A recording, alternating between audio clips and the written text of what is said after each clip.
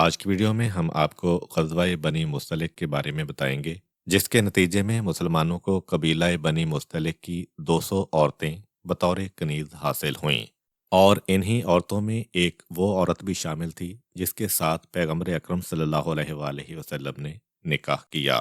سیرت النبی کے اس حصے میں وہ حالات بیان ہو رہے ہیں جو جنگ احد کے بعد اور جنگ خندق سے پہلے پیش آئے، یعنی کہ اس سال کے حالات جس سال جنگ خندق ذی القعدہ کے مہینے میں واقع ہوئی۔ ذی القعدہ کا مہینہ اسلامی تاریخ کا 11واں مہینہ ہے۔ ابھی اس سال کے تیسرے، چوتھے اور پانچویں مہینے کے حالات بیان ہو رہے ہیں، اور یہ سال ہے ہجرت کا 5واں سال۔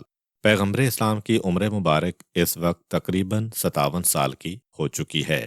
58ویں سال کے حالات بیان ہو رہے ہیں۔ ربیع الاول سن 5 ہجری کو اطلاع ملی کہ اللہ کے رسول شام اور مدینے کے راستے میں ایک مقام ایسا ہے جو ڈاکوؤں کا مرکز ہے، اور کفار مکہ نے وہاں کے ڈاکوؤں تک پیغام پہنچایا ہے اور انہیں تیار کیا جا رہا ہے کہ تم لشکر بنا کے مسلمانوں پہ حملہ کرو۔ یہ جو روز روز کے ڈاکے ڈالتے ہو اور محنت کرتے ہو، اس سے نجات مل جائے گی۔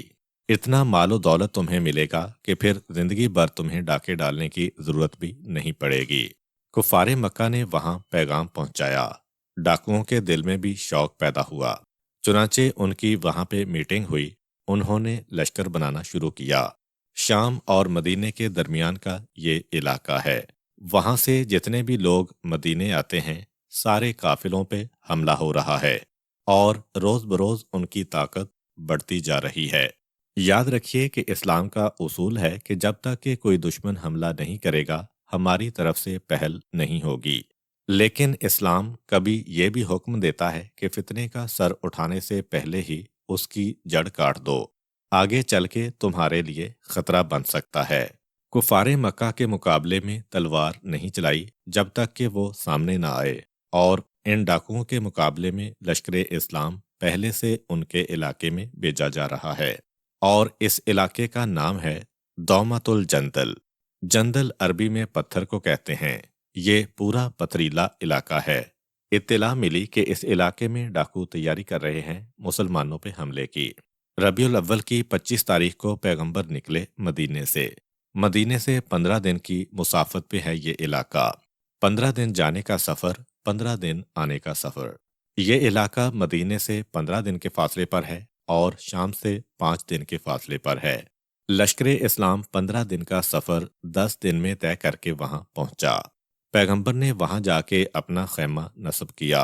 اتنا بڑا لشکر اور اتنا جلدی سروں پہ پہنچ گیا کہ ڈاکوؤں کا حوصلہ ٹوٹ گیا، کیونکہ وہ ڈاکو تھے، کوئی منظم فوج تو تھے نہیں۔ چنانچہ وہ بھاگے وہاں سے، اور یہ اندازہ ہو گیا انہیں کہ وہ دھوکے میں رہے۔ وہ سمجھ رہے تھے کہ مدینے میں تو کوئی فوج وغیرہ نہیں ہوگی، ایک عام سا شہر ہے، تم ڈاکو جا کے حملہ کرو، مدینہ تمہارے ہاتھ میں آ جائے گا۔ اب جو لشکر اسلام کو دیکھا کہ باقاعدہ فوج ہے، اسلحہ ہے، سپاہی ہیں، دستے ہیں، جھنڈے ہیں، ایسا گھبرائے اور حوصلہ چھوٹا کہ اس کے بعد پھر اس علاقے سے پیغمبر اسلام کو اپنی وفات تک کوئی شکایت نہ ملی۔ بس چند دن وہاں قیام کیا، پھر واپس لشکر اسلام مدینہ آیا۔ 20 ربیع الثانی کو پیغمبر دوبارہ مدینے پہنچ گئے۔ یہ واقعہ اس لیے بیان کیا گیا تاکہ آپ کو اندازہ ہو جائے کہ کبھی دشمن پر آگے بڑھ کے بھی حملہ کرنا پڑتا ہے، اس کو لوٹنے کے لیے نہیں، صرف اس لیے کہ اس کو ایسا سبق مل جائے کہ بعد میں وہ حملہ کرنے کی کبھی جرت نہ کرے۔ بہرحال یہ لڑائی ختم ہوئی۔ اس لڑائی کے بعد تاریخ کی اہم ترین لڑائیوں میں سے ایک لڑائی ہوئی، جو لڑائی تو بہت ہی چھوٹی ہے، لیکن اس کے بعد بھی کچھ ایسے واقعات پیش آ گئے جن کے اثرات بہت دور تک چلے۔ یہ جو لڑائی شروع ہو رہی ہے، اس کے 2 نام ہیں۔ اس کو غزوہ بنی مستلق بھی کہتے ہیں، اور اس کا نام غزوہ مریسے بھی ہے۔ مریسے تو چشمے کا نام تھا جہاں یہ لڑائی ہوئی، اور مستلق اس قبیلے کا نام تھا جس سے یہ لڑائی ہوئی۔ ایک چیز واضح کر دی جائے کہ تاریخی اعتبار سے غزوہ بنی مستلق کے بارے میں علماء اسلام میں ایک اختلاف ہے۔ کچھ کا کہنا ہے کہ یہ لڑائی جنگ خندق کے بعد ہوئی ہے، کچھ کا کہنا ہے کہ جنگ خندق سے پہلے ہوئی ہے۔ زیادہ تر کا کہنا ہے کہ یہ لڑائی خندق سے پہلے ہوئی ہے، اور اس کے فوراً بعد خندق کی لڑائی ہو گئی۔ بس خندق کی اور اس لڑائی کے بیچ بمشکل 2 اڑائی مہینے کا فاصلہ ہوگا۔ بہرحال لڑائی خندق کے بعد ہوئی ہو یا خندق سے پہلے ہوئی ہو، واقعات دونوں صورتوں میں ایک ہی جیسے ہیں۔ بہرحال خلاصہ یہ ہے کہ پیغمبر اسلام ڈاکوؤں کے اس لشکر کی سرکوبی کر کے مدینے واپس آئے۔ یہ ربیع الثانی کا مہینہ ہے۔ یہاں جو آئے تو پتہ چلا کہ اس دوران قریش نے قبیلہ بنو خزاعہ کی ایک شاخ بنو مستلق کو مسلمانوں کے خلاف لڑائی کے لیے بھڑکا دیا ہے۔ اب مدینے میں افواہیں بھی بہت زیادہ آتی ہیں کہ فلاں حملہ کر رہا ہے، فلاں حملہ کر رہا ہے۔ یہ بھی ایک طریقہ ہوتا ہے دشمنوں کا مدینے والوں کو پریشان کرنے کا، کہ اتنا مسلمانوں کو پریشان کر دو کہ وہ یہ سوچنے پر مجبور ہو جائیں کہ پیغمبر کو مہمان بنا کے ہم نے کیا 24 گھنٹے کی مصیبت مول لے لی، معاذ اللہ۔ یہ خیال پیدا کرنا ہے، چنانچہ کبھی لڑائیاں ہوتی ہیں، کبھی افواہیں ہوتی ہیں۔ بہرحال پیغمبر اسلام کو جب اطلاع ملی تو پیغمبر نے اپنے کچھ جاسوس بھیجے۔ تقریباً 3.5 پونے 4 مہینے تک پیغمبر تحقیق کرتے رہے۔ پتہ چلا کہ واقعاً بنو مستلق مسلمانوں پہ حملہ کرنے کی تیاری شروع کر چکے ہیں، اور اس کی کوشش ہے کہ کسی بھی طرح اتنی طاقت حاصل کر لیں کہ وہ خود آ کے مدینے پہ حملہ کریں۔ مدینے سے 9 منزل کے فاصلے پہ یہ قبیلہ رہتا ہے، اور یہ قبیلہ عرب کا کافی بڑا قبیلہ ہے۔ طاقتور بھی یہ بہت ہے کیونکہ قبیلے کی بہت زیادہ تعداد ہے۔ عربوں میں طاقت کا دار و مدار ہی اس پہ ہے کہ کس کے آدمی زیادہ ہیں۔ جس قبیلے کے افراد زیادہ ہوں گے وہ زیادہ طاقتور ہے، اور ساتھ ساتھ یہ عزت والا قبیلہ بھی مانا جاتا ہے کیونکہ یہ لوگ احمس تھے۔ احمس کے معنی آپ کو سمجھانے کے لیے موضوع سے تھوڑا ہٹنا پڑے گا۔ احمس عرب میں ایک قسم کا عہدہ ہے، یا یہ کہیے کہ یہ بڑائی کی نشانی ہے، اپنے آپ کو احمس بنا لینا۔ اور سب سے پہلے یہ سلسلہ قریش نے شروع کیا۔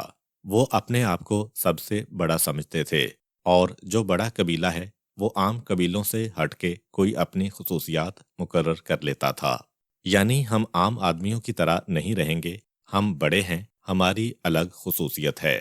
قریش نے سب سے پہلے جو خرابی پیدا کی وہ یہ کہ انہوں نے کہا کہ جو آدمی مکے آتا ہے حج کرنے یا عمرہ کرنے تو ہم قریشی ہیں، باقی سب ہم سے کم ہیں۔ ہم لباس پہن کے طواف کریں گے، باقی سب بغیر لباس کے طواف کریں گے۔ ان کو اپنا لباس اتارنا پڑے گا، مرد ہو یا عورت، بچہ ہو یا بوڑھا، کوئی شخص بھی آئے، قریش کے علاوہ کوئی شخص بھی لباس پہن کے طواف نہیں کر سکتا، اور اگر کوئی لباس اتارنے کو تیار نہ ہو تو پھر اپنا لباس نہیں پہن سکتا، ہم سے کپڑے کرائے پہ لے، اس کی قیمت ہم کو دے تو پھر وہ لباس پہن کر طواف کر سکتا ہے۔ اور ہوا کیا پھر کہ خصوصاً جو دوسرے قبیلوں کے سردار تھے وہ تو یہ توہین برداشت نہیں کر سکتے تھے، وہ آ کے قریش کو پیسے دیتے تھے، ان سے لباس کرائے پہ لیتے تھے، یہ خود ایک دھندا بن گیا۔ لیکن جو غریب ہیں وہ بیچارے کہاں جائیں؟ وہ لوگ اسی حالت میں طواف کرتے رہے۔ ان کو ایک احساس ندامت تو تھا، یہ توہین تو تھی، آگے چل کے مشہور ہو گیا کہ جی اللہ خوش ہی اس بات پہ ہوتا ہے کہ بغیر لباس کے طواف کرو۔ چنانچہ قرآن کے سورہ اعراف میں آتا ہے کہ جب پیغمبر نے کہا کہ یہ تو گناہ ہے تو انہوں نے ایک عجیب جواب دیا کہ ننگے طواف میں کیا خرابی ہے؟ اگر کوئی خرابی ہوتی تو ہمارے باپ دادا اس طرح سے طواف نہ کرتے، ہمارے سارے بزرگ اس طرح سے طواف کرتے آئے ہیں، یہ تو غلط ہو ہی نہیں سکتا۔ بہرحال قرآن نے اس تقلید کی مذمت کی کہ اگر تمہارے باپ دادا کسی غلط عقیدے پر چلتے رہے ہیں تو اس کا ہرگز مطلب یہ نہیں ہے کہ تم بھی اسی پر چلو، اور جب تک مسلمانوں کا مکے پہ کنٹرول نہیں ہوا یہ کبھی رسم چلتی رہی۔ قریش نے کہا کہ لباس صرف ہم پہنیں گے، کوئی اور نہیں پہن سکتا، یہ ہے احمس، یعنی دوسروں سے الگ کچھ طریقے۔ اسی میں ایک طریقہ یہ بھی تھا کہ سب لوگ جب حج کرنے جاتے ہیں تو حج کے واجبات میں ہے کہ مکے سے نکل کے پہلے ایک میدان میں جانا پڑتا ہے جس کو عرفات کہتے ہیں، وہاں پہ ایک دن گزارنا پڑتا ہے، پھر اس سے منسلک ایک اور میدان ہے جسے مزدلفہ کہتے ہیں، رات وہاں گزارنا ہوتی ہے۔ اس سے ملا ایک اور میدان ہے جسے منا کہتے ہیں، جہاں پہ قربانی ہوتی ہے، شیطان کو کنکر مارتے ہیں اور مرد اپنا سر منڈواتے ہیں، وہاں پہ 2 دن گزارنا ہوتے ہیں اور 2 راتیں، اور اس کے بعد اس سے ملا ہوا مکہ ہے۔ تو یہ 4 میدان ایک دوسرے سے ملے ہوئے ہیں، پہلے عرفات، پھر مزدلفہ، پھر منا اور آخر میں مکہ شہر۔ اور حج اس طرح سے شروع ہوتا ہے کہ پہلا دن 9 ذی الحج کا دن عرفات میں گزارا، پھر جو رات ہے یعنی عید کی رات وہ مزدلفہ میں گزاری، پھر منا میں پہنچ کے 2 دن اور 2 راتیں جس میں عید قربان کا دن بھی شامل ہے اس میدان میں گزاریں گے۔ اچھا، اب پورا عرب اس طریقے سے حج کر رہا ہے کیونکہ یہ طریقہ حج حضرت ابراہیم علیہ السلام کا بتایا ہوا ہے، پیغمبر اسلام سے پہلے سے چلا آ رہا ہے، اسلام نے اب تک اسی کو باقی رکھا۔ قریش نے کہا کہ اس طریقے سے تو ہر خاص و عام حج کر رہا ہے، اگر ہم بھی ایسا حج کریں تو اس میں مزہ کیا ہے؟ یہ حج کیا رہا؟ یہ تو ہماری توہین ہو گئی کہ عوام کے ساتھ ہم جا کے حج کریں، یہ نہیں ہو سکتا۔ جب ساری دنیا عرفات میں جاتی ہے ہم مزدلفہ میں جا کے بیٹھیں گے، اکیلے اکیلے ہوں گے، بعد میں حج کریں گے جب وہاں پہ کوئی ہوگا ہی نہیں۔ اللہ تعالیٰ نے مکے اور اس کے چاروں طرف کے علاقے کو حرم بنایا ہے۔ حرم کا مطلب کیا کہ جو اس میں داخل ہو گیا اسے امان ہے، یعنی وہاں پہ آپ گھاس کی ایک پتی بھی نہیں توڑ سکتے، وہاں پہ آپ شکار نہیں کر سکتے، حتیٰ کہ ایک چونٹی کو بھی نہیں مار سکتے۔ وہ خاص مکہ نہیں ہے بلکہ مکہ کے چاروں طرف کا علاقہ ہے۔ اور حدیث معتبر ہے کہ جب خانہ کعبہ بنایا گیا، شروع میں خانہ کعبہ نہیں تھا۔ جب حضرت آدم علیہ السلام آئے، حضرت جبرائیل جنت سے سرخ یاقوت کا ایک خیمہ لے کے آئے، وہ خیمہ لگا دیا گیا اس جگہ پہ جہاں پہ آج خانہ کعبہ ہے۔ جب رات ہوئی اور چاند روشن ہوا تو سرخ یاقوت چمکا اور اس کی روشنی پھیل لی، جہاں جہاں پہ یہ روشنی پھیل کے گئی وہ علاقہ بنا حرم، کہ جہاں پہ جو انسان بھی آئے پہلے اس کو احرام پہننا پڑے گا، یہاں عام کپڑوں میں نہیں آ سکتے۔ اب یہ جو علاقہ ہے، ابھی آپ نے سنا کہ حج میں 4 جگہیں ہیں، عرفات ہے، مزدلفہ ہے، منا ہے، مکہ ہے۔ ان میں سے میدان عرفات حرم کے باہر ہے لیکن باقی تینوں حرم کے اندر ہیں۔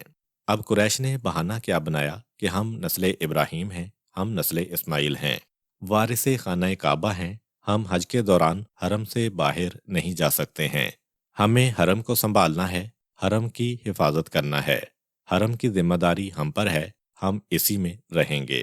تو اس طرح کی الگ سے اپنے لیے فضیلت بنا لینے والے یہ کہلاتے ہیں احمس۔ انہوں نے یہ سوچا کہ ہم عام لوگوں کے ساتھ نہیں جائیں گے عرفات میں، ہم بڑے بن جائیں گے، ہم عام لوگوں کی طرح سے حج نہیں کریں گے، کپڑے پہنیں گے، ان کو بے کپڑے کا کر دیں گے، ہم بڑے بن جائیں گے۔ جن لوگوں کو یہ حق مل جاتا ہے کہ تم قریش کی طرح سے کر سکتے ہو، ان کا لقب ہے احمس۔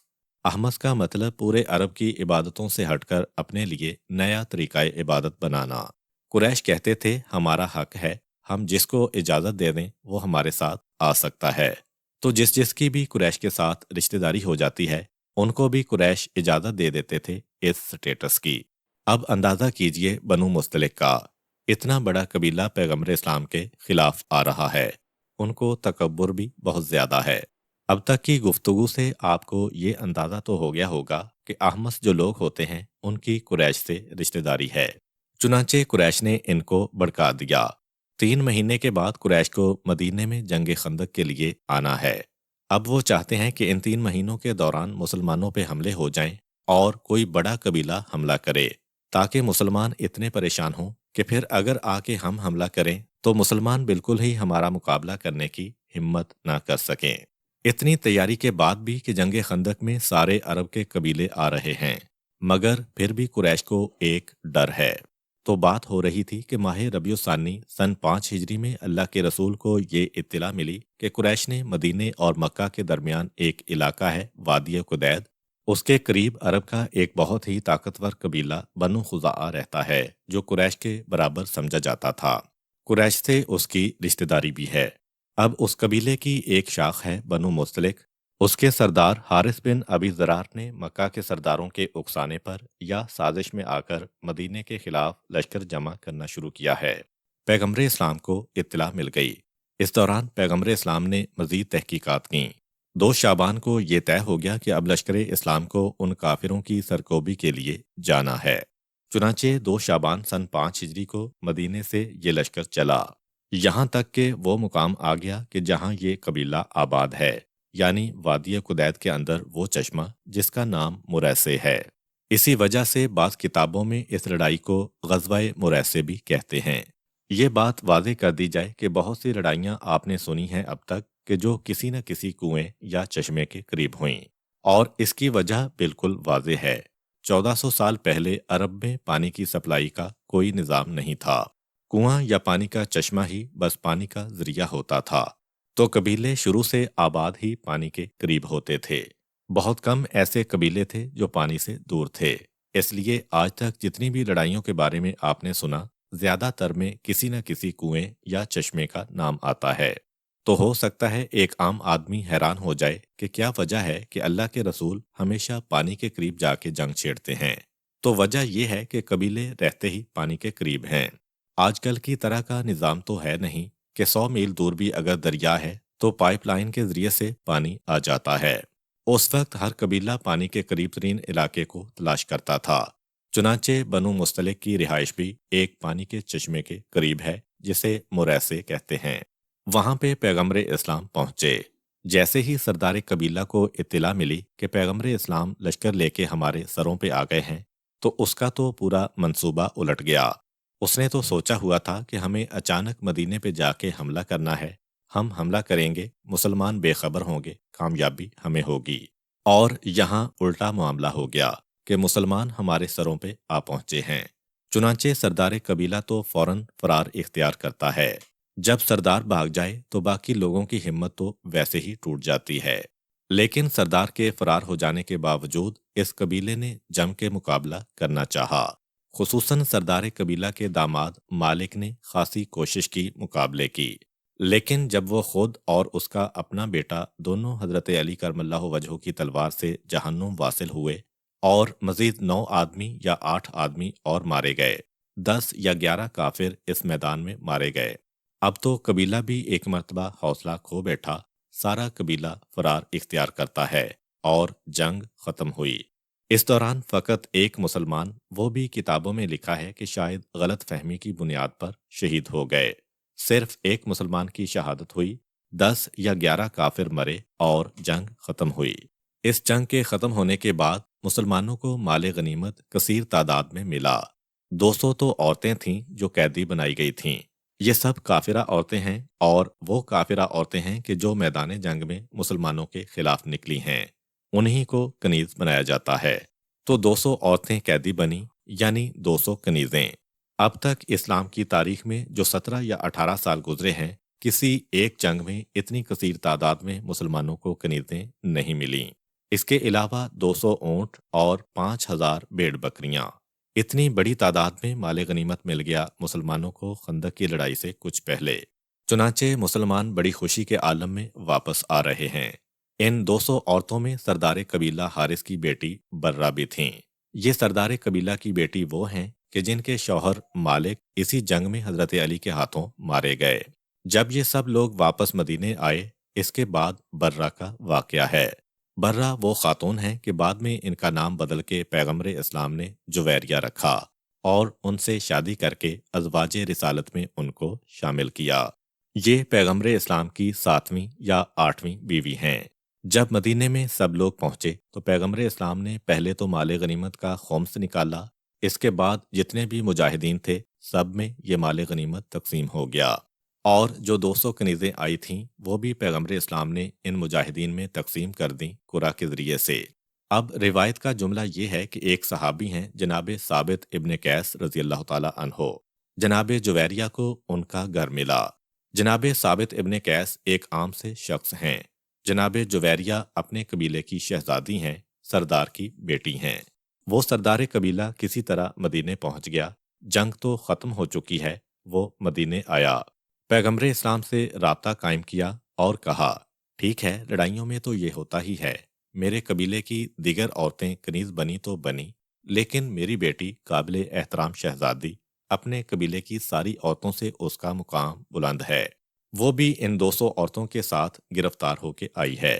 بس میں ایک درخواست لے کے آیا ہوں کہ سردار قبیلہ کی بیٹی اور شریف خاندان سے تعلق رکھنے کی بنا پر اس کے ساتھ کنیزی کا سلوک نہ کیا جائے، اس کے معاملے میں آپ نظر ثانی کریں۔ پیغمبر اسلام نے کہا، ٹھیک ہے، اپنی بیٹی کو تم لے جاؤ، میری طرف سے اجازت ہے۔ جناب جویریہ کو بلایا گیا۔ پیغمبر اسلام نے یہ کہا کہ تمہارا باپ آیا ہے تمہاری آزادی کی درخواست لے کے، میں تمہیں آزاد کرتا ہوں۔ انہوں نے جب یہ سنا تو انکار کر دیا، کہا اللہ کے رسول، اب میں اسلام قبول کر چکی ہوں اور دوبارہ کفر میں جانے کو تیار نہیں ہوں۔ اور پھر کہا کہ میں نے آپ کے لشکر کے حملے سے چند دن پہلے ایک خواب دیکھا تھا اور میری سمجھ میں نہیں آ رہا تھا کہ اس خواب کی تعبیر کیا ہے، اور خواب میں نے یہ دیکھا تھا کہ جیسے مدینے سے چاند نکلا اور وہ میرے دامن میں آ گیا، اور میں حیران و پریشان تھی کہ اس خواب کا مطلب کیا ہے۔ لیکن جس وقت آپ کا لشکر آپ کی قیادت میں میرے قبیلے تک پہنچا اور پھر میں مدینے میں گرفتار کر کے لائی گئی، تو میں نے سمجھ لیا کہ میرے خواب کی تعبیر کا وقت آ گیا ہے، اور کہا اللہ کے رسول، نہ صرف یہ کہ میں باپ کے ساتھ جانا نہیں چاہتی، بلکہ میری خواہش یہ ہے کہ آپ مجھے اپنے عقد میں لے لیں اور میں آپ کی کنیز بن کے زندگی گزارنا چاہتی ہوں۔ پیغمبر اسلام نے حارث سے کہا کہ یہ تمہاری بیٹی ہے، تمہیں جو بات چیت کرنا ہے، سمجھانا ہے، تم جانو اور یہ جانے۔ البتہ اگر یہ اسلام لا کے باپ کے ساتھ جانے سے انکار کرے گی تو بہرحال مسلمان اس کی حفاظت کریں گے، زبردستی اس کو کافروں کے پاس نہیں بھیجا جا سکتا ہے۔ حارث نے بڑا زور لگایا۔ اختتام یہ ہوا کہ بہرحال وہ اپنی بیٹی کو برا بلا کہہ کے بلکہ گالیاں دیتے ہوئے یہاں سے رخصت ہوتا ہے، لیکن جناب جویریہ نے باپ کے ساتھ اپنے قبیلے میں جانے سے انکار کر دیا۔ مدینہ بالکل اجنبی جگہ ہے جہاں ان کے قبیلے کا کوئی شخص نہیں ہے، اور پھر پیغمبر سے درخواست کرتی ہیں۔ پیغمبر اسلام ان کی درخواست کو قبول بھی کرتے ہیں اور ان کا پیغمبر اسلام سے نکاح ہو گیا، اور اس سے پہلے پیغمبر اسلام کی 6 شادیاں تو یقینی ہیں۔ جناب خدیجہ سے نکاح کیا ہے، جناب سودا سے نکاح کیا ہے، تیسری شادی جناب عائشہ سے ہے، اس کے بعد 3 شادیاں جنگ احد کے بعد ہوئیں، جناب زینب ام المساکین سے، 5ویں شادی جناب حفصہ سے، اور 6ٹھی شادی جناب ام سلمہ رضی اللہ تعالی عنہما سے۔ اب اس کے بعد تاریخ میں یہ اختلاف ہے کہ 7ویں شادی کس سے ہوئی، کیونکہ اسی ایک سال یعنی 5 ہجری میں پیغمبر اسلام کی 2 شادیاں ہوئی ہیں، ایک اپنی پھوپھی زاد بہن زینب سے اور ایک جناب جویریہ سے، تو ترتیب میں اختلاف ہے۔ بعض کہتے ہیں کہ جناب زینب کی پہلے شادی ہوئی، وہ 7ویں بیوی تھیں، اور یہ 8ویں شادی ہے۔ بہرحال یہ شادی ہو گئی۔ جیسے ہی یہ شادی ہوئی اور مدینے والوں کو اطلاع ملی تو ایک مرتبہ سارا مدینہ، نہ کسی نے ان کو کوئی حکم دیا، نہ ایسا کوئی مسئلہ اسلام میں ہے، تو تمام لوگ یعنی تقریباً وہ 200 گھرانے جن کے پاس اس قبیلے کی عورتیں بطور کنیز پہنچی ہیں، خود ہی یہ فیصلہ کرتے ہیں کہ اب جناب جویریہ حرم رسالت میں داخل ہو گئی ہیں، ہماری ماں بن گئی ہیں، ہمارے لیے قابل احترام ہیں۔ کیسے ممکن ہے کہ پیغمبر اسلام کے جو سسرال ہیں ان عورتوں کو ہم اپنی کنیز بنائیں؟ اس قبیلے کی ساری عورتیں پیغمبر اسلام کے سسرالی قبیلے سے تعلق رکھتی ہیں، چنانچہ ہم سب انہیں آزاد کیے دیتے ہیں۔ حضرت عائشہ رضی اللہ تعالی عنہا فرماتی ہیں کہ میں نے جویریہ سے زیادہ بھاگوان یعنی دوسروں کی قسمت بدلنے والی کوئی عورت نہیں دیکھی کہ جس ایک عورت نے اپنے قبیلے کی 200 عورتوں کی کنیزی کو آزادی میں بدل دیا، اور وہ مسلمان بھی خراج تحسین کے حقدار ہیں جنہوں نے اتنا احترام رسالت کا خیال رکھا کہ اگرچہ پیغمبر کے سسرال ابھی تک کافر ہیں، لیکن بہرحال ایک نسبت آ گئی ہے، ہم ان عورتوں کا بھی احترام کریں گے جو جناب جویریہ کے قبیلے سے تعلق رکھتی ہیں۔ پیغمبر اسلام نے جب جناب جویریہ سے شادی کر لی تو پھر کہا کہ تمہارا نام برہ مناسب نہیں ہے، اس کے بدلے میں تمہارا نام جویریہ ہوگا۔ ایک تو یہ واقعہ علماء بیان کرتے ہیں جو ابھی ہم نے بیان کیا، لیکن کچھ تاریخوں میں ایک اور طرح سے یہ واقعہ لکھا گیا ہے کہ جب کنیز بن کے مدینے میں یہ ساری عورتیں آئیں تو جناب جویریہ کو ثابت ابن قیس کے حوالے کیا گیا۔ جب تقسیم ہوئی کنیزیں تو عام طور پر قرعے کے ذریعے تقسیم ہوتی ہیں تاکہ کسی کو شکوہ اور شکایت نہ ہو۔ اب جناب ثابت ابن قیس ایک عام مسلمان ہیں اور جناب جویریہ ایک شہزادی، اگرچہ کنیز بن گئی ہیں، لیکن بہرحال ہیں تو ایک شہزادی۔ انہیں اپنی کنیزی پہ اتنا اعتراض نہیں ہوا جتنا اعتراض یہ ہوا کہ بالکل ایک عام سے گھر میں گئی ہیں۔ انہوں نے جناب ثابت سے ایک بات کی۔ اسلام میں ایک معاہدہ ہے کہ اگر کوئی غلام یا کنیز اپنے آقا کو راضی کر لے کہ میں آپ کو اتنے پیسے لا کے دوں گا آپ مجھے آزاد کر دیں۔ تو یہ معاہدہ صحیح ہے اور اس کا نام ہے مکاتبت۔ جیسے جناب سلمان فارسی کیسے آزاد ہوئے تھے، اپنے یہودی آقا کے پاس گئے تھے اور کہا میں آزادی چاہتا ہوں، کتنے پیسے چاہیے؟ بہرحال مرضی آقا کی چلے گی، اگر وہ منع کر دے تو پھر معاملہ ختم۔ جناب جویریہ نے جناب ثابت سے کہا کہ میں اگر آزادی چاہوں تو تم کتنے پیسوں میں مجھے آزاد کرو گے؟ انہوں نے رقم بتائی کہ اتنے پیسے لے آؤ تو ٹھیک ہے۔ اب جناب جویریہ نے یہ پیسے اکٹھا کرنا شروع کیے۔ چنانچہ وہ دولت مند اور مالدار مسلمانوں کے پاس گئیں اور کہا کہ مجھے یہ پیسے چاہیے۔ وہ مختلف گھروں میں گئیں لیکن وہ مطلوبہ رقم حاصل نہ ہو سکی۔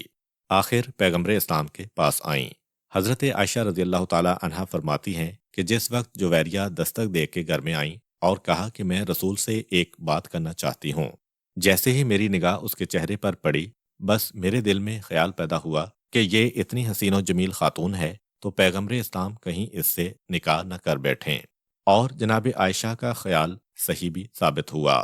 جناب جویریہ نے آ کر پیغمبر اسلام سے کہا کہ اے اللہ کے رسول، میں جویریہ بنت الحارث ہوں، میرے ساتھ جو کچھ پیش آیا آپ دیکھ رہے ہیں، میں نے اپنے مالک سے آزادی کے بدلے معاہدہ کیا ہے، تو میری مدد فرمائیے۔ رسول اللہ صلی اللہ علیہ وآلہ وسلم نے فرمایا کیا میں تمہیں اس سے بہتر بات نہ بتاؤں؟ انہوں نے عرض کیا وہ کیا ہے یا رسول اللہ؟ آپ نے فرمایا میں تمہارا فدیہ ادا کر دیتا ہوں اور تم سے نکاح کر لیتا ہوں۔ انہوں نے کہا اللہ کے رسول، اس سے زیادہ میری خوش قسمتی کیا ہوگی کہ مجھے آزادی بھی ملے اور اس کے بعد ایسا گھر بھی ملے، میں بخوشی اس کے لیے تیار ہوں۔ چنانچہ پیغمبر اسلام نے ان کی آزادی کے لیے پیسے دیے، انہوں نے اپنے آقا کے پاس یہ پیسے پہنچائے اور آزاد ہوئیں۔ پیغمبر اسلام سے شادی ہوئی، پیغمبر اسلام نے نام بدل کے جویریہ رکھ دیا۔ بہرحال غزوہ بنی مستلق کے نتیجے میں پہلا واقعہ یہ پیش آیا کہ تمام صاحبان ایمان کو امہات المومنین میں ایک اور کا اضافہ نصیب ہوا۔ جناب جویریہ ہماری ماں بن کے کاشانہ نبوت میں تشریف لائیں۔ اب سنیے اس غزوہ بنی مستلق سے منسلک دوسرا واقعہ۔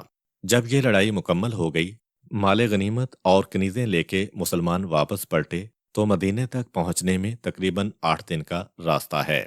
واپسی ہو رہی ہے کہ دوران سفر ایک بڑا عجیب واقعہ پیش آیا۔ پیغمبر اسلام کو بھی انتہا سے زیادہ ناگوار لگا یہ جملہ، اور پیغمبر نے بھی یہ کہا کہ جو اس وقت اس جملے کو سن کے آگے بڑھے گا اس کا اسلام سے کوئی تعلق نہیں۔ واقعہ یہ ہوا کہ اس لڑائی میں جو مسلمان چلے تھے مدینے سے، تو عبداللہ ابن ابی رئیس المنافقین بھی لشکر اسلام میں شامل تھا۔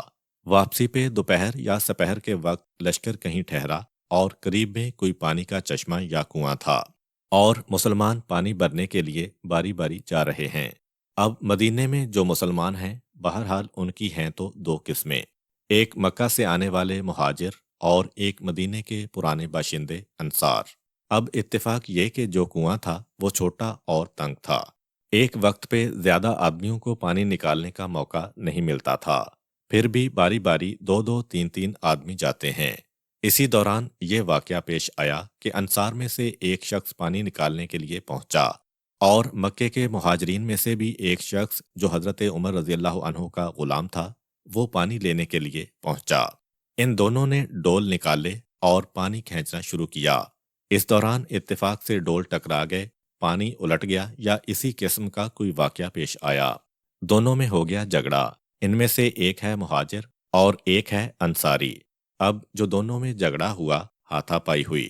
ذہن میں رکھیے گا کہ صحرا کا سفر ہے اور خصوصاً دوپہر کا وقت انسان کے دماغ کو کھلا کے رکھ دیتا ہے، ویسے ہی انسان کو تھوڑا سا غصہ ہوتا ہے۔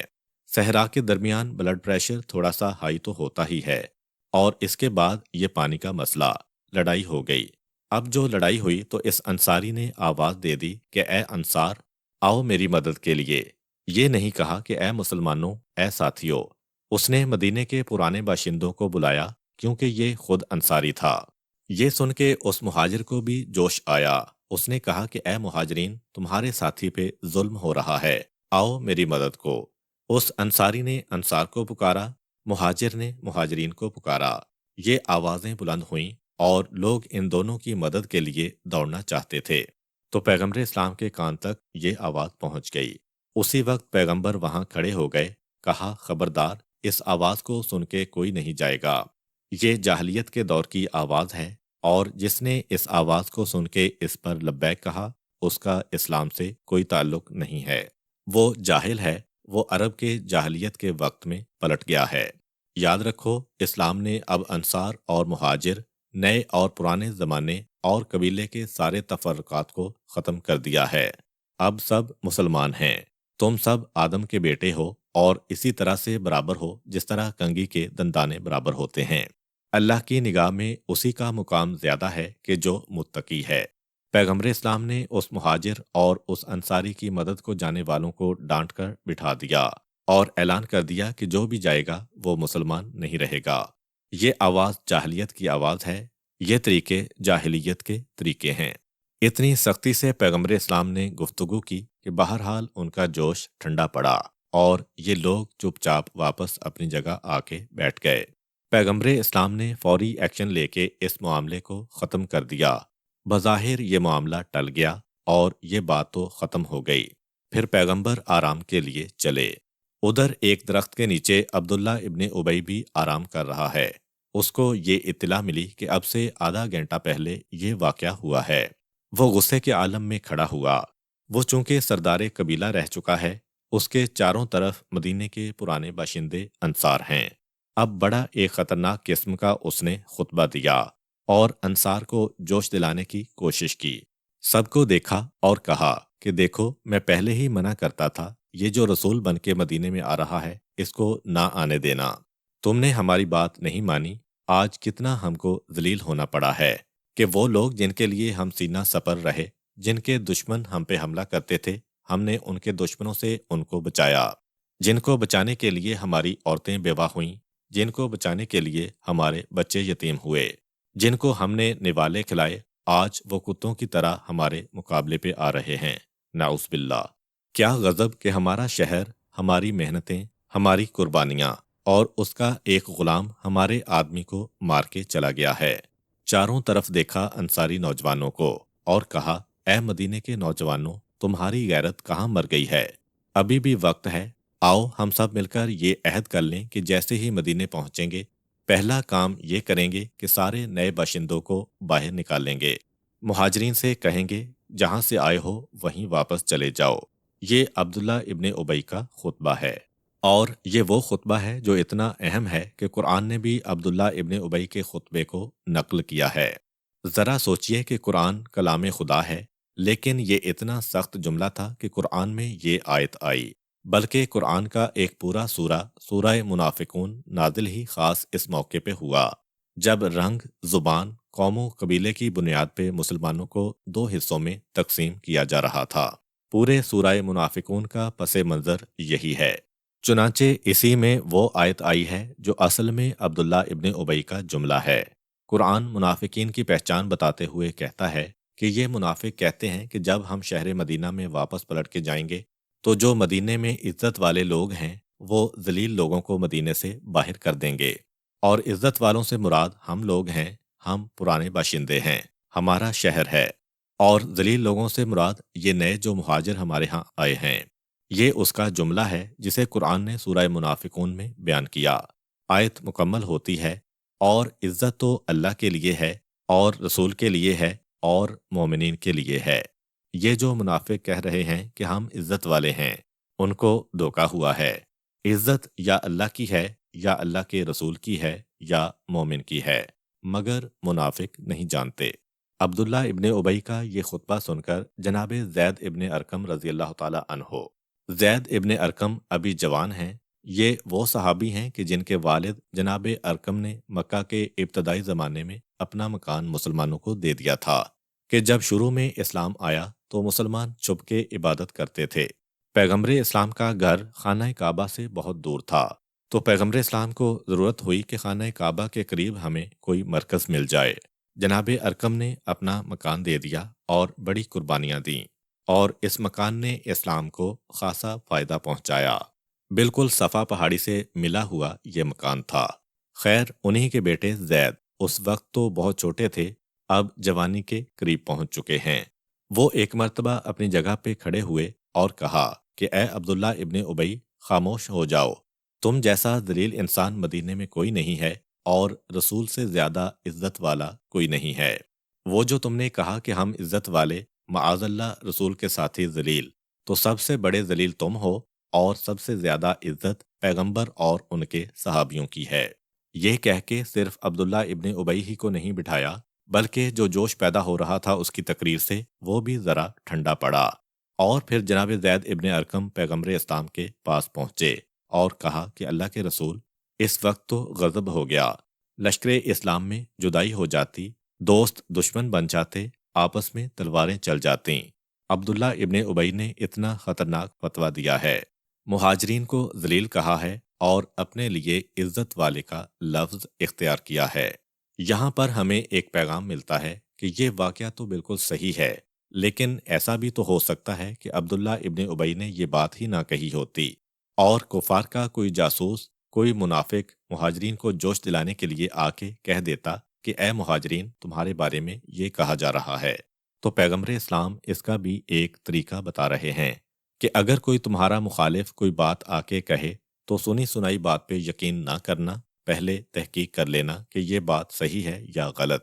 پیغمبر اسلام نے کہا کہ اے زید، شاید اس نے جو کہا ہے تم نے صحیح نہیں سنا ہے، شاید اس وقت تم ذرا نیند کے عالم میں اور غفلت کے عالم میں تھے، وہ کہہ کچھ رہا تھا، تم سن کچھ رہے تھے۔ کہا کہ نہیں اللہ کے رسول، جو کچھ اس نے کہا میں نے بالکل ہوشیاری کے ساتھ اور جاگتے ہوئے سنا ہے۔ فرمایا کہ شاید وہ کوئی مذاق نہ کر رہا ہو۔ زید نے کہا نہیں اللہ کے رسول، بڑا سنجیدہ تھا، مذاق کی بات نہیں۔ پیغمبر نے کہا کہ وہ تمہارے خلاف ہے، شاید اس نے کبھی تمہاری شان میں کوئی گستاخی کی ہو، تمہیں پرانا غصہ ہو، اس کی وجہ سے ایسی بات آ کے کہہ رہے ہو۔ کہا نہیں اللہ کے رسول، کوئی میرا اس سے پہلے اختلاف نہیں ہے۔ 3 مرتبہ پیغمبر اسلام نے اقرار کروایا۔ جب ہر طرح سے اس کی تصدیق ہو گئی تو پیغمبر اسلام نے کہا کہ ٹھیک ہے اے زید، واپس جاؤ، ٹھیک ہے جو بات تم نے کہی وہ میں نے سن لی، معاملہ ختم۔ حضرت عمر رضی اللہ عنہ بھی اس وقت جوش میں آئے، کہا اللہ کے رسول، یہ آپ نے کیا کہا؟ ابھی اسے گرفتار کروائیے، میری تلوار حاضر ہے، اس کی گردن اڑا دیتا ہوں۔ پیغمبر نے کہا نہیں اے عمر، میں یہ نہیں چاہتا کہ یہ الزام لگے کہ محمد اپنے ہی ساتھیوں کا قتل عام کرواتا ہے، اس کا ایک اور طریقہ ہوگا۔ یہ کہہ کے حضرت عمر کو خاموش کروایا، اور اس کے بعد حکم دیا کہ سارا لشکر فوراً تیار ہو جائے، کیونکہ عبداللہ ابن ابی کی تقریر سے بہرحال نوجوانوں کے جذبات تو بڑھ کے ہیں، اور یہ اطلاع جب مہاجرین کے پاس آئی تو یہ بھی آستینیں چڑھا کے لڑنے مرنے کو تیار ہو رہے ہیں کہ ہم کسی سے کم نہیں۔ دونوں طرف جو جوش پیدا ہو گیا ہے، اب لوگوں کے جذبات کو کسی طرح ٹھنڈا بھی کرنا ہے۔ پیغمبر اسلام نے حکمت عملی سے کام لیتے ہوئے حکم دیا کہ فوراً تیار ہو جاؤ، ابھی سارا دن سفر کر کے لوگ آئے ہیں کہ پانی پہ جھگڑا ہو گیا، گھنٹہ آدھا گھنٹہ بھی لوگوں کو آرام کا نہیں ملا۔ پیغمبر نے فوراً لشکر تیار کروایا، یہاں تک کہ رات ہو گئی۔ اب لوگوں نے چاروں طرف دیکھا کہ کہاں پیغمبر ٹھہراتے ہیں۔ پہلی مرتبہ سیرت رسول میں پوری رات پیغمبر نے سفر کروایا، کہیں ٹھہرنے کا حکم نہیں دیا، چلتے رہو، یہاں تک کہ صبح ہو گئی۔ نماز کے لیے روکا تو نماز پڑھی 2 رکعت۔ پیغمبر نے کہا کہ فوراً مصلے اٹھاؤ اور پھر چلتے رہو۔ چلتے چلتے 24 گھنٹے گزر گئے لشکر اسلام کو۔ اب لشکر اسلام پریشان کہ وجہ کیا ہے، کیوں پیغمبر اسلام کہیں پہ پڑاؤ نہیں کر رہے ہیں؟ کوئی نہ کوئی بات ضرور ہے کہ جو ہمیں پیغمبر اسلام سے پتہ کرنا چاہیے۔ اب عام آدمی کی ہمت تو نہ پڑی۔ جناب سعد بن عبادہ رضی اللہ تعالیٰ عنہ، جو ایک بڑے سردار ہیں انصار کے، وہ ایک مرتبہ اپنا گھوڑا دوڑا کے پیغمبر اسلام کی سواری کے قریب آئے۔ السلام علیکہ یا رسول اللہ۔ پیغمبر نے جواب بھی مختصر دیا، وعلیکم السلام۔ جناب سعد کا شک اور بڑھ گیا، کہا اللہ کے رسول، کیا ماجرا ہے؟ 24 گھنٹے ہو گئے ہیں اور آپ حکم دیں تو ہم مسلسل چلیں گے، لیکن کیا کوئی ناراضگی ہے یا کوئی مسئلہ ہے؟ اب یہ خود انصار کے سردار ہیں اور عبداللہ ابن ابی سے بڑے سردار۔ ایک مرتبہ پیغمبر نے کہا کہ تم میری بات سننے کیوں آئے ہو؟ تمہارا سردار تو وہ ہے عبداللہ ابن ابی، جاؤ اسی کی باتیں سنو۔ یعنی پیغمبر اسلام کے انداز میں یہ ایک تنبیہ بھی ہے کہ جب وہ منافق آدمی تمہارے جذبات سے کھیل رہا تھا تو اے انصار مدینہ، تم اس کی بات کو خاموشی سے کیوں سنتے رہے؟ مہاجرین کا بولنا تو مناسب نہیں تھا، چنانچہ ان کو خاموش بھی کروایا۔ حضرت عمر کو بھی پیغمبر اسلام نے منع کیا، لیکن اے انصار، تمہارا اپنا آدمی تھا، تمہاری ذمہ داری تھی کہ تم اس کو خاموش کرواتے۔ جناب سعد ابن عبادہ چونک اٹھے۔ اللہ کے رسول، آپ اس دلیل انسان کی بات کر رہے ہیں؟ یہ تو ہم سب نے طے کیا ہے کہ مدینے پہنچتے ہی سب سے پہلے اسی کو نکال باہر کریں گے، تاکہ اس جملے کی سزا اس کو ملے۔ اور اللہ کے رسول، ہم نے آپ کو آ کے اطلاع نہیں دی، لیکن ہم سب نے اس کے اوپر اتنا دباؤ ڈالا، اس پر اتنی لعنت ملامت کی کہ اب تو وہ اپنی بات ہی سے انکار کر رہا ہے کہ میں نے تو کوئی بات ہی نہیں کہی ہے۔ جب پیغمبر اسلام نے یہ سنا تو ایک مرتبہ کہا کہ اچھا قافلہ روکو۔ قافلہ رکا، اور جیسے ہی قافلہ رکا، 24 گھنٹے کے سفر کے بعد اتنا تھک چکے تھے لوگ کہ جاتے ہی سو گئے، اور اب جب گہری نیند لے کے اٹھے تو 2 دن ہو گئے۔ جذبات ٹھنڈے پڑ گئے، معاملہ ختم ہو گیا۔ اب مسلسل 24 گھنٹے جب پیغمبر اسلام نے قافلے کو چلایا، اس میں 2 پیغام ہیں۔ پہلا پیغام تو یہ ہے کہ جب کبھی جذبات لوگوں کے بھڑک جائیں تو اس وقت حکمت سے کام لے کے کسی اور طرف توجہ کو ڈائیورٹ کر دینا ہے، کسی اور کام میں مشغول کر دینا ہے عوام کو۔ عام آدمیوں کا غصہ ٹھنڈا ہونا ذرا مشکل ہوتا ہے، ان کی توجہ کو ہٹانا پڑتا ہے، اور قوم کے بڑوں کی ذمہ داری یہ ہے کہ جس نے فتنہ شروع کیا ہے وہ اس مہلت سے فائدہ اٹھا کے اس کی گردن کو جا کے پکڑیں، باہر سے کسی کو نہ بلائیں، خود دباؤ ڈالو اپنے ساتھیوں پر تاکہ وہ یہ غلطی نہ کریں۔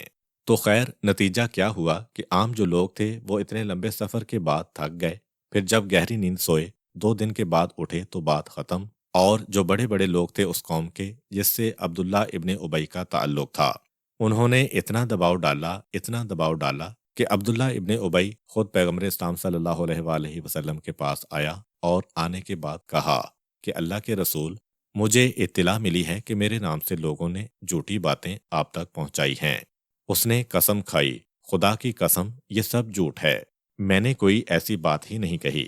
پیغمبر اسلام کے سامنے قسم کھائی، پیغمبر نے اس کی بات مان لی، کہا ٹھیک ہے، تم سے کوئی ہمیں شکایت نہیں، واپس چلے جاؤ۔ اب یہ تو جھوٹی قسم کھا کے اپنی بات کو ثابت کر کے چلا گیا، اور وہاں بیچارے زید ابن ارقم کو لوگوں نے پکڑ لیا۔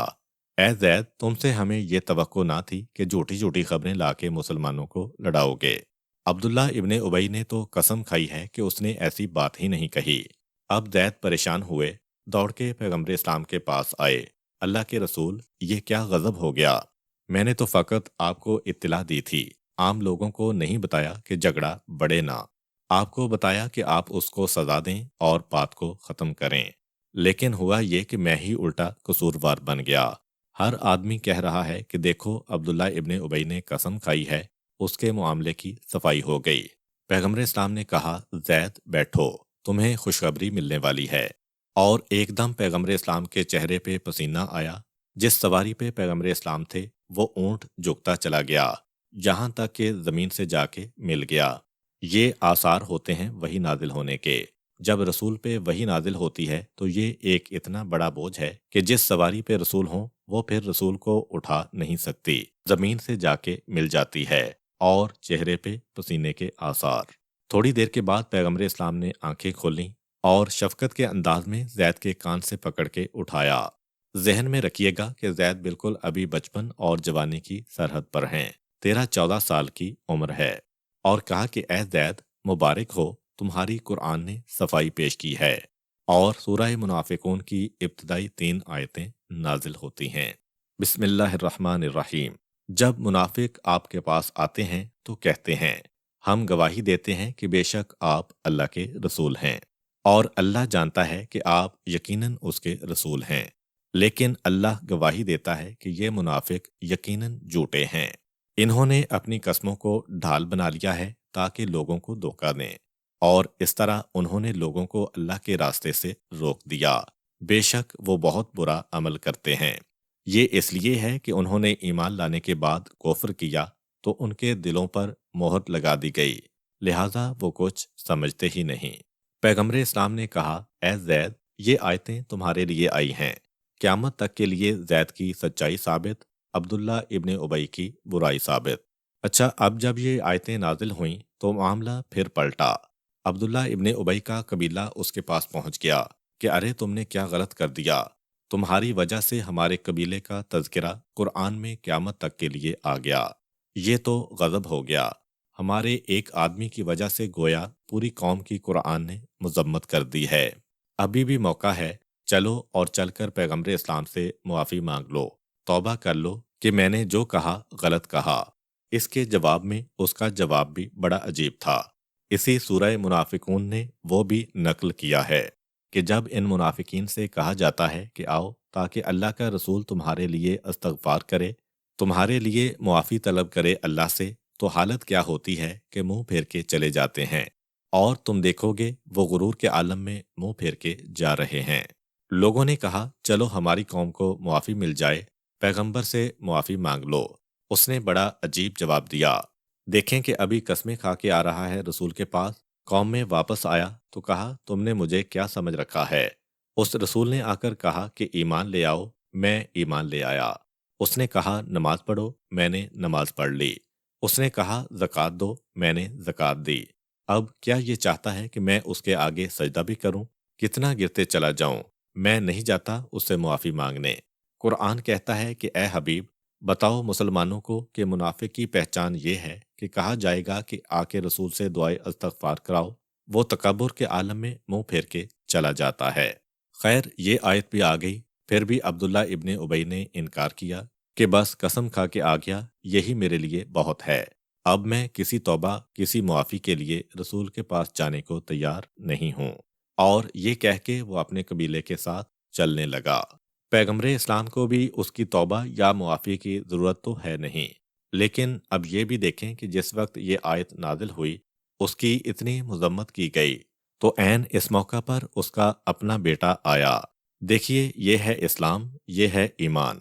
وہ پیغمبر اسلام کے پاس آیا اور کہا اللہ کے رسول، میں نے سنا ہے کہ آپ میرے باپ کے قتل کا حکم جاری کرنے والے ہیں، اگر یہ واقعاً صحیح ہے تو یہ ذمہ داری میرے سپرد کیجیے تاکہ میں اپنی تلوار سے اپنے باپ کو قتل کر دوں، کسی اور کو نہیں بولیے، اور وجہ بھی بتائی کہ سارا مدینہ جانتا ہے کہ مجھ سے زیادہ فرمانبردار اپنے والدین کا کوئی نہیں، تو مجھے ڈر لگتا ہے کہ ایسا نہ ہو کہ آپ کسی اور مسلمان سے میرے باپ کا قتل کروا دیں، اور باپ کی محبت میں بعد میں اس مسلمان کو قتل کر دوں کہ یہ میرے باپ کا قاتل ہے، تو اللہ کے رسول ایسا مسئلہ ہی نہ رہنے پائے، مجھ ہی کو حکم دیجیے تاکہ اپنے باپ کی گردن اڑا دوں، تاکہ کسی اور مسلمان کے خلاف دشمنی اور کینہ میرے دل میں نہ آنے پائے۔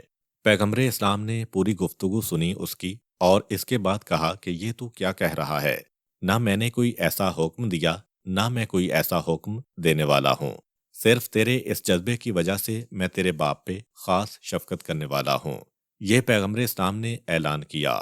خیر اب بات ختم اور بیٹا بھی چلا گیا، لیکن یہ اطلاع مل گئی پیغمبر اسلام کو کہ بیٹے نے اپنے سارے نوجوان ساتھیوں کو جمع کیا ہے کہ اور تو ہم کچھ نہیں کر سکتے کیونکہ پیغمبر اسلام نے منع کر دیا ہے، کم سے کم اتنا ضرور ہے کہ جب اللہ کا رسول مدینے میں داخل ہوگا اپنے بابا کو مدینے میں قدم رکھنے نہیں دینا۔ وہ اس نے کیسے کہہ دیا کہ ہم عزت والے لوگ ان ذلیلوں کو باہر نکالیں گے؟ بیٹا کہہ رہا ہے کہ کم سے کم اتنی سزا تو اپنے باپ کو دلوانا ہے۔ پیغمبر اسلام کو اطلاع ملی، پھر بلایا بیٹے کو اور کہا کہ نہیں، خبردار، جتنا میں نے کہا ہے اس سے زیادہ تمہیں کوئی حق نہیں ہے کسی کو سزا دینے کا، اور اس معاملے کو اللہ کے سپرد کر دو، یہ عزت و ذلت جو یہ دے رہا ہے یہ کوئی عزت و ذلت نہیں ہے، اصلی عزت تو اللہ عطا کرنے والا ہے۔ یہ کہہ کے اس کے بیٹے کو روک دیا، اور اب یہ واقعہ اختتام کی منزل کو پہنچا کہ چلتے چلتے مسلمان مدینے کے قریب پہنچے تو جنت البقیع سے کچھ پہلے ایک دم سے انتہائی تیز آندھی آئی، اور ایسی آندھی کہ مسلمان گھبرا گئے۔